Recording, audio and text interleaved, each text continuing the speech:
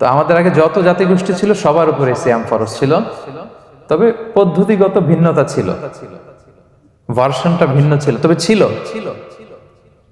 সব জাতিগোষ্ঠীর উপর রোজা ছিল। আমাদের যেমনি 1 মাস ফরজ, অনেকের হয়তো 1 মাস ছিল না। কোন কোন উম্মতের জন্য 3 দিন রোজা ফরজ ছিল, আইয়ামুল বীজের, মানে প্রতি চাঁদের 13, 14, 15 রোজা ফরজ। কোন উম্মতের জন্য 10 দিন রোজা ফরজ ছিল, কোন উম্মতের জন্য শুধু আশুরার রোজাটা ফরজ ছিল, কিন্তু ছিল। রোজা ছিল না এমন কোন জাতিগোষ্ঠী পৃথিবীতে ছিল না। ইভেন পৃথিবীতে এমন অনেক জাতিগোষ্ঠী ছিল, উম্মত ছিল, যাদের সকাল থেকে সন্ধ্যা পর্যন্ত চুপ থাকার রোজা ছিল, মৌনতার রোজা, কিপ সাইলেন্স। মানে আমরা যেমনি সকাল থেকে সন্ধ্যা পর্যন্ত খেতে পারি না, পান করতে পারি না, তাদের ধর্মে ছিল যে তারা সকাল থেকে সন্ধ্যা পর্যন্ত খেতে পারবে, পান করতে পারবে, কিন্তু কথা বলতে পারবে না। কথা বললে রোজা ভেঙে যাবে। সুবহানাল্লাহ ওয়া বিহামদিহি। এটাকে বলে মৌনতার রোজা, চুপ থাকার রোজা। যেমন এটা আল্লাহ নবী ঈসা আলাইহিস সালামের মা মারিয়াম আলাইহিস সালাম, উনি যখন স্বামী ছাড়া গর্ভবতী হলেন, প্রেগন্যান্ট হলেন, দুধের শিশু ঈসা আলাইহিস সালামকে কোলে করে নিয়ে আসলেন। তো সবাই বলতে আরম্ভ করলো, মারিয়াম তুমি তো খুব ভালো মেয়ে বলে জানতাম, বিয়ে হয়নি, তো বেবি আসলো কোত্থেকে? এটা তো তোমার কাছ থেকে আমরা কামনা করি না।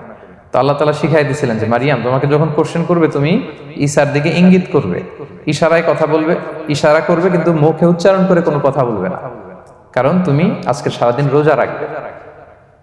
তো মারিয়াম আলাইহিস সালাম তাই করলেন, ঈসা আলাইহিস সালামকে নিয়ে আসলেন। সবাই যখন জিজ্ঞেস করতেছে উনি কথা বলে না, সবাই বলে কথা বলো না কেন? মারিয়াম আলাইহিস সালাম ছোট্ট ছেলের দিকে ইঙ্গিত করতেছেন আর এরকম বলতেছেন যে ইন্নী নাযারতু লির-রাহমানি সাওমা ফালান উকাল্লিমাল ইয়াওমা ইনসিয়া, আজকে আমি রোজা মানত করেছি, এজন্য আমি কারোর সাথে কথা বলতে পারবো না। ইঙ্গিত করে বোঝাচ্ছে আমি কি করতে পারবো না?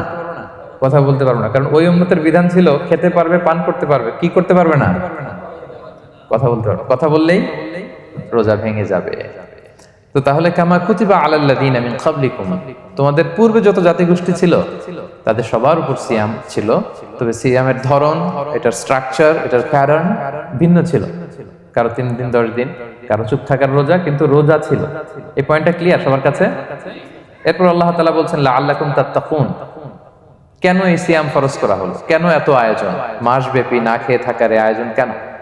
This is the prime objective of সিয়াম। এটা হচ্ছে রোজার প্রাইম অবজেক্টিভ। আল্লাহ বলছেন যে এটার মূল অবজেক্টিভ, উদ্দেশ্য হচ্ছে লাআল্লাকুম তাত্তাকুন, যাতে করে তোমরা মুত্তাকি হতে পারো, আল্লাহ ভীরু হতে পারো। এজন্য এই যে রোজা সিয়াম যে সাধন করছেন, পালন করছেন, আপনি এটা ফিল করবেন যে আমার তাকওয়ার লেভেলটা ডেভেলপ করতেছি কিনা, আমার তাকওয়া বাড়তেছে কিনা। তাকওয়া হচ্ছে এই ফিলিংসটা মনের মধ্যে আসা যে কেউ দেখে না কিন্তু আল্লাহ দেখে। কেউ দেখে না, সবার চোখকে ফাঁকি দেয়া যায়, কিন্তু ফাঁকি দেয়া যায় না একজনের চোখ। কার চোখ? আল্লাহর চোখ কিন্তু ফাঁকি দেয়া যায় না। এই জন্য শুধু সিয়ামের সাথে আল্লাহ স্পেশালি বলেছেন লাআল্লাকুম তাত্তাকুন, যাতে করে তোমরা মুত্তাকি হতে পারো। একটু খেয়াল করে দেখেন, এই যে রমাদানে আমরা মাঝে মাঝে একা একা রুমের ভেতরে থাকি, ঘরে থাকি, খুব তৃষ্ণার্ত। আমি যদি বোতল ভরা পানি আছে, 2 ঢোক পানি খেয়ে ফেলি, কেউ বুঝবে? আজকে বাসায় কেউ লুকায় পানি খেয়ে আসছে কিনা, খেয়ে আসছে না খেয়ে আসছে, আমাদের চেহারা দেখে কি বোঝা যাচ্ছে বলেন তো? বোঝা যাচ্ছে না। আমি চাইলে ফ্রিজ থেকে বের করে মিনুম খেয়ে ফেলতে পারি, 100+ একটা ঢকঢক করে খেয়ে ফেললাম, এদিকে এসে রোজাদার সাজলাম, সবার সাথে ইফতারিটা আমি ইফতার করলাম।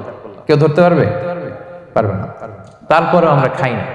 কেন খাই না? কারণ এই ফিলিংসটা আমাদের মধ্যে আছে। কেউ দেখে না, কিন্তু একজন দেখে। তিনি কে?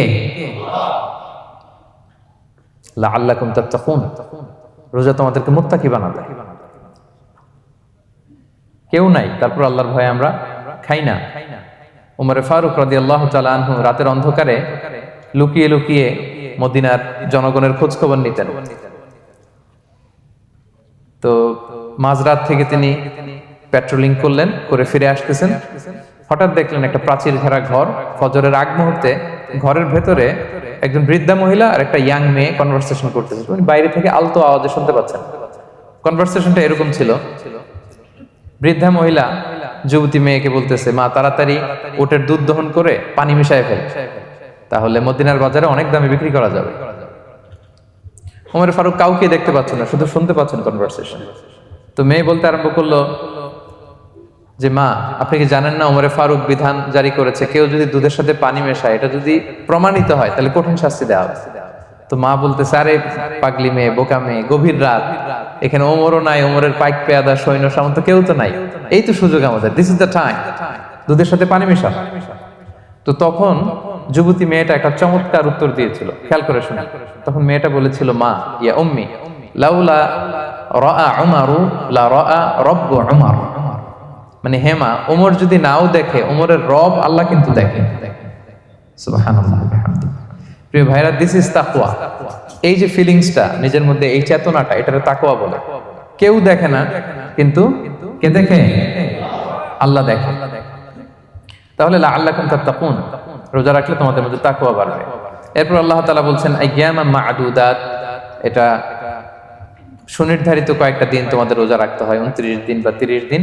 ফামান কানা মিনকুম মারিদান আও আলা সাফার, এই রমাদানে তোমরা যদি কেউ অসুস্থ থাকো অথবা সফরে থাকো, তাহলে কিন্তু তোমরা চাইলে রোজা ভাঙতে পারবে। তবে ফাইদ্দাতুম মিন আইয়ামিন উখর, অন্য সময় তোমাদেরকে গুণে রাখতে হবে যে কয়টা ভাঙছিলাম। লেটস সে আমি অসুস্থ থাকার কারণে 5টা রোজা ভেঙে ফেলছি, তা আপনি গুণে অন্য সময় 5টা কি করতে হবে? কাজা করে নিতে হবে। এটা বুঝতে পারছেন না সবাই? আর ওয়ালাল্লাযীনা ইউতিকুনাহু ফিদিয়াতুন তুআমু মিসকিন, আর যাদের সক্ষমতা নাই তারা ফিদিয়া দিবে। তারা কারা? তারা হচ্ছে লেটস সে কারো বয়স হয়ে গেছে 100, 105, এরকম অনেক মুরব্বী থাকে না, অনেক বয়স হয়ে গেছে, জীবনের শেষ সময় চলে আসছে, কাউকে চিনেও না, খাবার দিলেও খেতে পারে না, এইরকম বয়সে যারা পৌঁছে যায় তারা ফিদিয়া দিবে। প্রতিটা রোজার কারণে 2 জন মিসকিনকে খাওয়াবে। এই বিধানগুলো আমি সামনে বলবো। ফামান তাতাওয়া খায়রান ফাহুয়া খায়রুল লাহ, ইচ্ছাকৃত কেউ যদি ভালো করে এটা তোমাদের জন্য ভালো। ওয়া আন তাসুমু খায়রুল লাকুম ইন কুনতুম তা'লামুন, তবে তোমরা যদি রোজা রাখো এটাই তোমাদের জন্য শ্রেষ্ঠ। যদিও সফরে রোজা ভাঙা যায়, অসুস্থ হলে রোজা ভাঙা যায়, কিন্তু রোজা যদি রাখা যায় ওইটা শ্রেষ্ঠ।